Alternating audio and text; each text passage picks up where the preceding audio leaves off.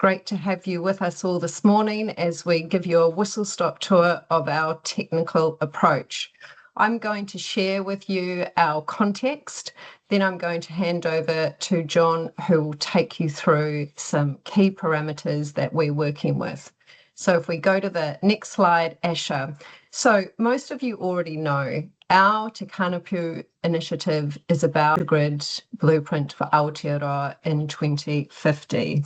That grid blueprint will guide investments in our transmission grid as well as how we manage the electricity system. We have two North Stars that are driving our work. Number one, that we have a growing and thriving economy in 2050 and that we have met net zero in 2050. As we look to 2050, we have to understand what that new energy future might look like. We know that there'll be an increasing demand of electricity that will come from electrification of transport, of heat, as well as from new industries, as well as existing. We also know that there'll be a need for an increasing supply. We know that there'll be more renewable power plants, there'll be battery storage. We know that new renewable electricity will be less centralised, more decentralised and more distributed. We also know as more of our homes and lives will be powered by electricity, that needs to be more secure, more and more affordable.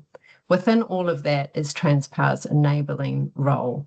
And the key enabling role I'd like to draw your attention to is number 4 on the list. In our work, we're taking a whole of system view to develop the power system and to plan for the infrastructure that's needed. So I'd now like to hand over to John, who's going to take you through some key pillars of our work.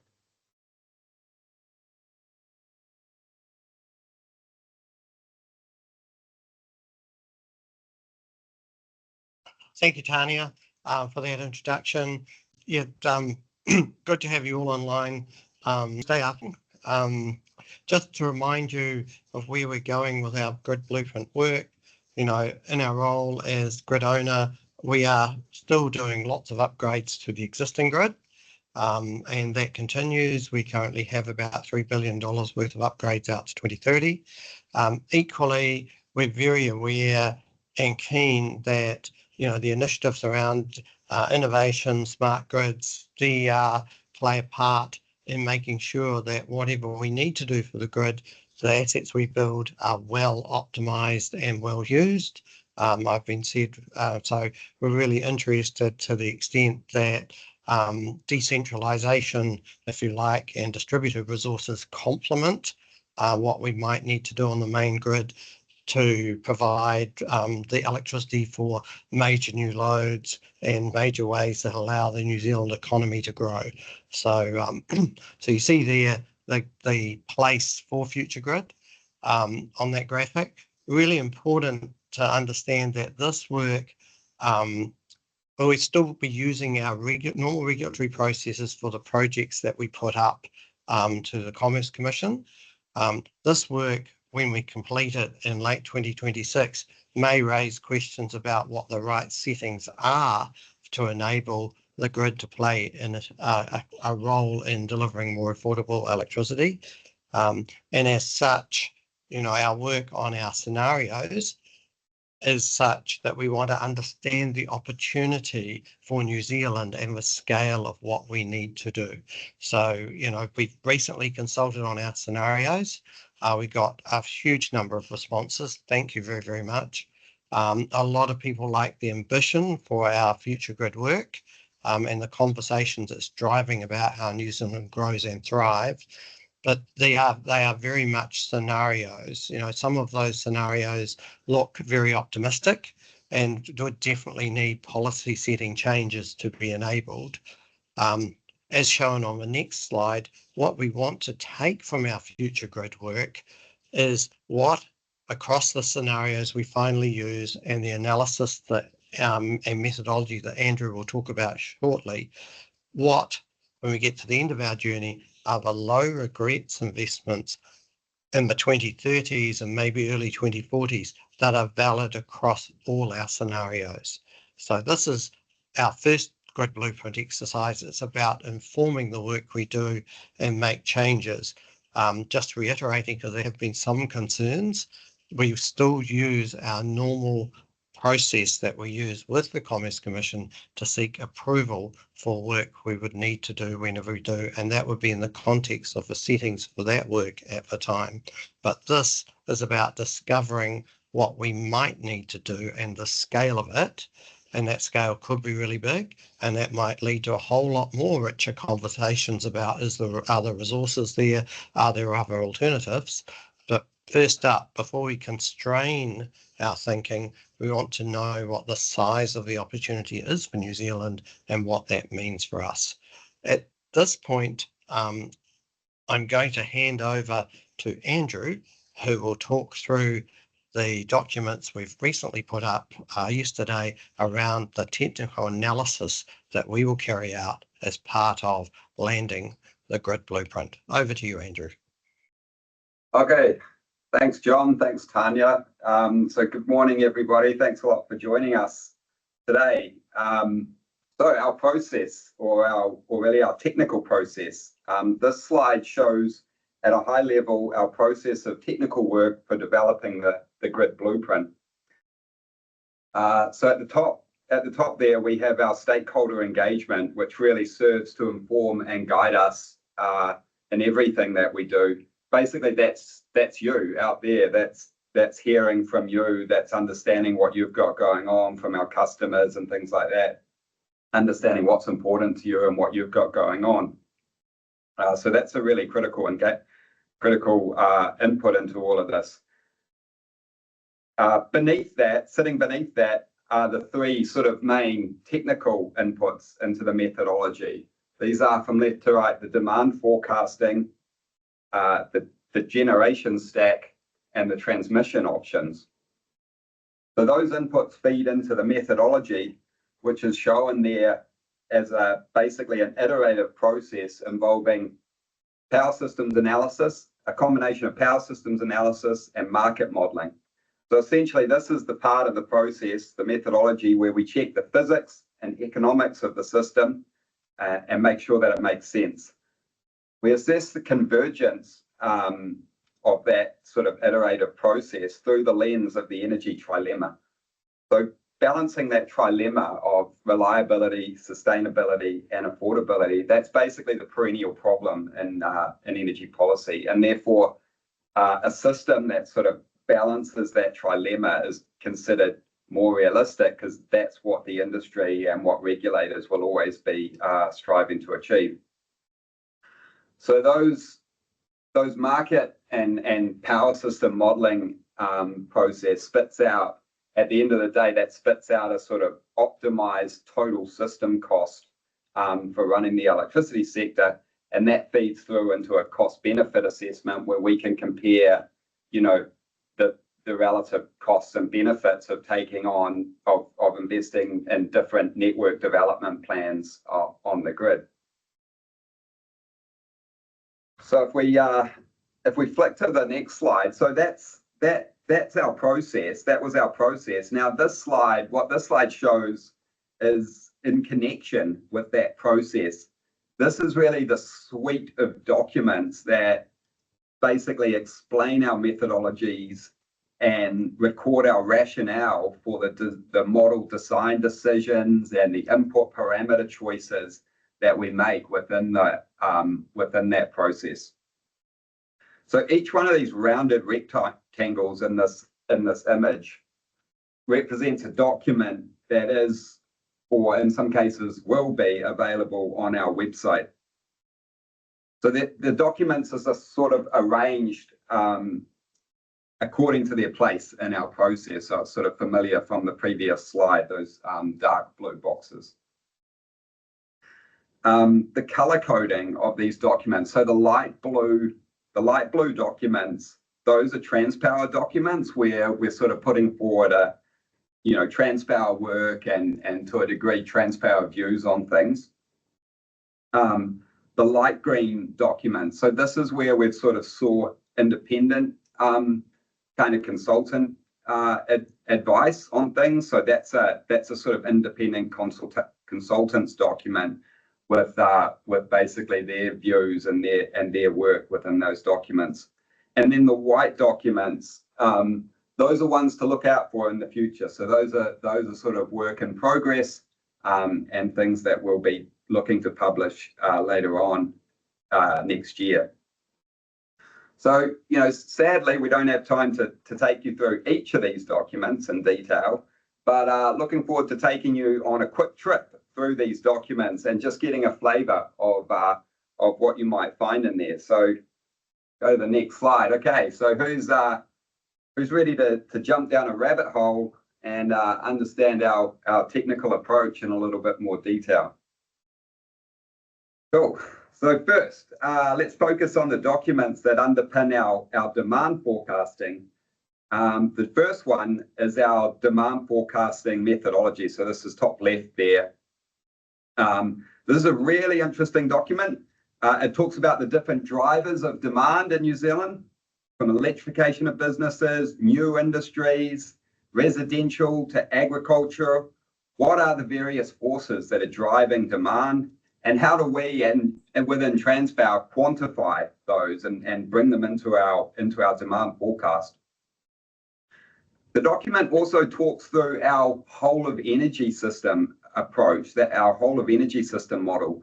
So this is really important. We don't just consider electricity as being the only way of powering the economy. Obviously, there's oil and gas, there's new fuels like biomass, solid fuels, coal, etc., natural gas. All of that are potential ways of bringing energy into the economy. And electricity is just one way of doing that. And particularly with the energy transition sort of in full swing and New Zealand's natural gas sector experiencing headwinds, taking that whole of system approach is really crucial to our process. So, and that document, that demand modelling methodology document, that's where you can sort of learn all about it and what our approach is. Also in that document, it discusses our approach to regional and temporal breakdown of the demand. So it's not just about annual national demand, it's about where in the country that demand is likely to occur and what time of the day, month or season it shows up, which is obviously really important for the exercise of putting together a grid blueprint. So yeah, read all about it in the demand modelling methodology. It's a really good and informative read. Moving to the next document there, the green one on the top right, Visions of the New Zealand Economy. This one is a real page turner. It was written by the guys at Sense Partners and puts forward a real kind of what-if story around how New Zealand's economy could really grow and thrive if we really work together in a very coordinated way and New Zealand takes advantage of the many strategic advantages that we have in New Zealand.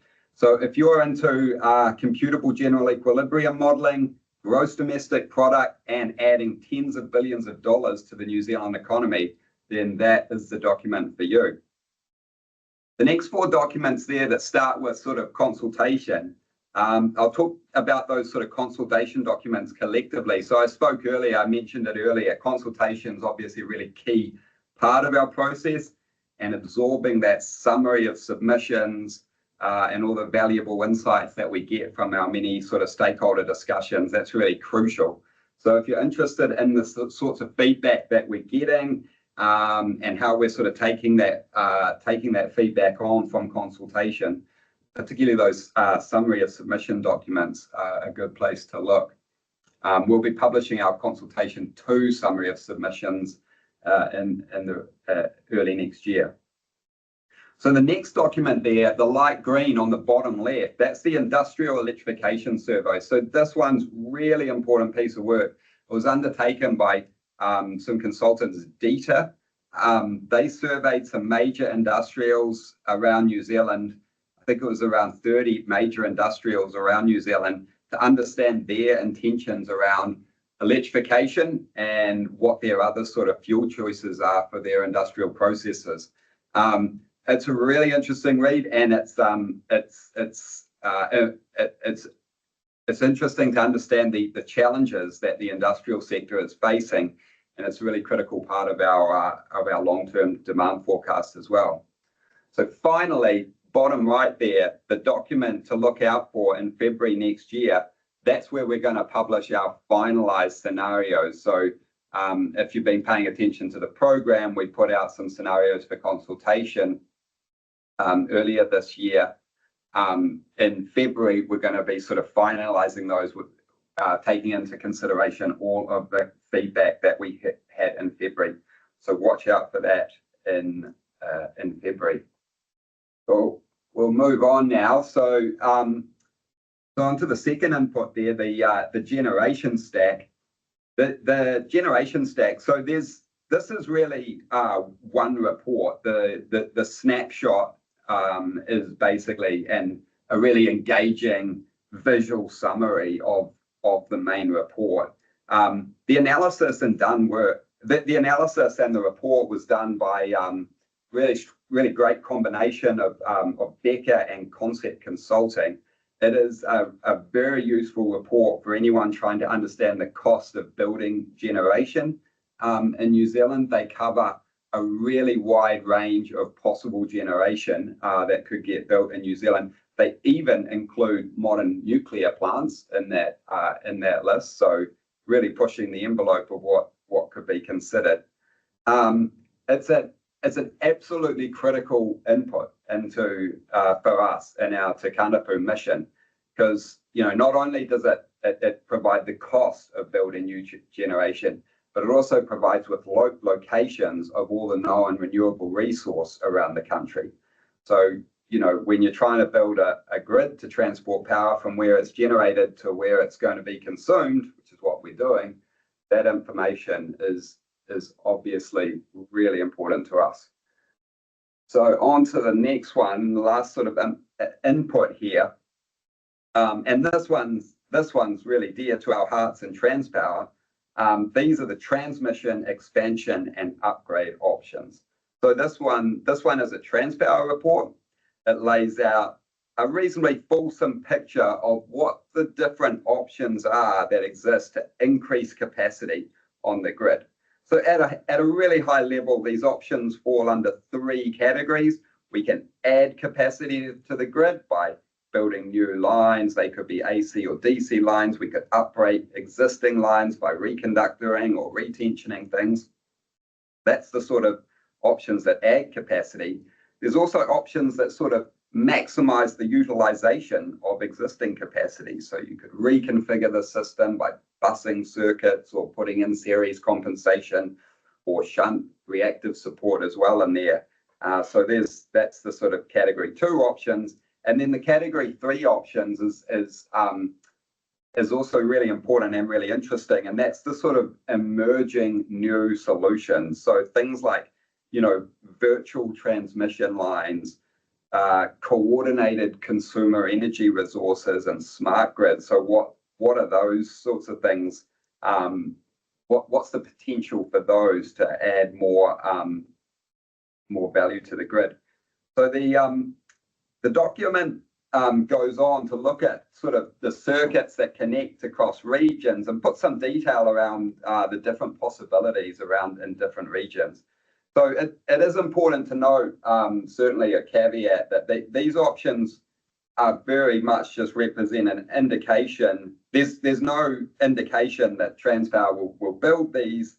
We haven't made any commitment to doing anything within this document. These are just sort of hypothetical options that need to be considered as sort of possibilities at this stage. So it's important to note, I guess, that transmission investment has gone through a somewhat turbulent time recently with cost increases due to supply chain. So, and obviously we do talk about the cost of new transmission in these transmission options. We've put this cost estimation process through, and it's continuing to go through quite a sort of robust quality assurance process. So we're working with Mott MacDonald, who've been doing a really good and thorough job of making sure that our cost estimates align with international benchmarks and that we're following a sort of international best practice process there. So this is obviously really important to make sure that our cost estimation for these transmission options is robust. It's got quality assurance behind it, and mitigates the risk of these sort of cost blowouts later on. So that Mott MacDonald report will be another one to look out for. And once we've worked through that QA process, that'll be coming in early 2026. Cool. So finally, we reach the pièce de résistance, the magnum opus of the future grid method technical approach. That is the methodology report. So if you're into the details on how the power system works through both the lens of physics and economics, then this is the document for you. So we all know that power systems can get pretty complicated, and when you're doing a 30-year sort of strategic plan across 5 potential scenarios, there's no way you're going to keep all of that detail.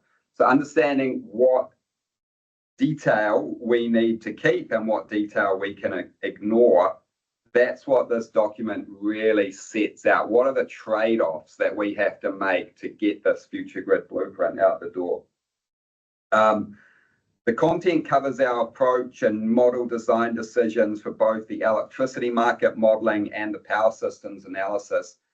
These two components really work hand in glove to give that complete picture of physics and economics. I spoke earlier about the importance of the energy trilemma and how that's really our guiding metric for what it means to be optimal. The content also covers how we think about resilience and how risk mitigation is important in our overall business case. So this includes thinking about our exposure to potential natural disasters and major catastrophic asset failure. Next, I'll just draw your eye over to the light green boxes, which are 2 reports on quantifying competition benefits. These are really exciting, quite an innovative element within our methodology. It's the detail behind our approach to developing a method to quantify competition benefits. So New Zealand has a very sophisticated electricity market with pricing nodes at basically every grid injection or exit point. And this is great for sending detailed pricing signals through. But it also means that transmission constraints can definitely, and network congestion can have acute impacts on wholesale market spot prices. So these reports authored by Deloitte and Castalia are a really interesting expose into the complex world of market dynamics, price quantity curves, economic surplus, deadweight loss, and wealth transfers. The content explores a range of approaches from game theory models to agent-based machine learning models, residual supply analysis, and ultimately it proposes an approach that's sort of a balance between some pragmatism and what is most suitable for the New Zealand market. So finally, bringing it all together, the costs and benefits that accrue from all this kind of physics and economics analysis come together into that final step, which is the cost benefit assessment. So in our methodology, we give it just a high-level overview. We're working with specialist advisors to create a more sort of detailed picture of what that CBA will look like to make sure that the blueprint enables the right balance of optionality and flexible decision-making given the uncertainty of the horizon. So we're going to change gears just quickly and take you across to our Power BI site, which is something else that we're sharing within our technical approach.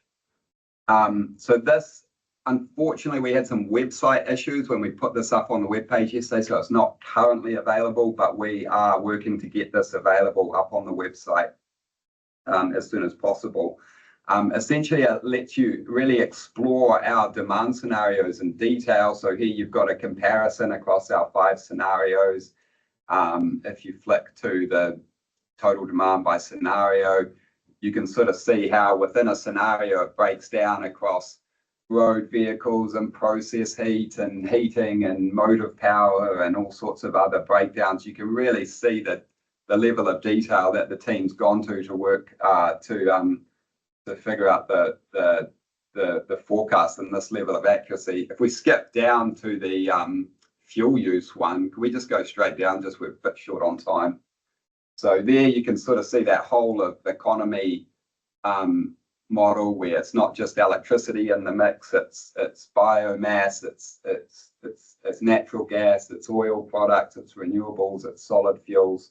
So there's a sort of whole of energy sector outputs in there. So anyway, that Power BI dashboard will be available on our website in the near future. Check it out. It's going to be a great resource. So we'll flick back to the slide deck. Okay. One more slide. Yes. Okay, we're there. Wake up, Alice. It's lunchtime and maybe still time to squeeze in some Christmas shopping on your break before you get back to work.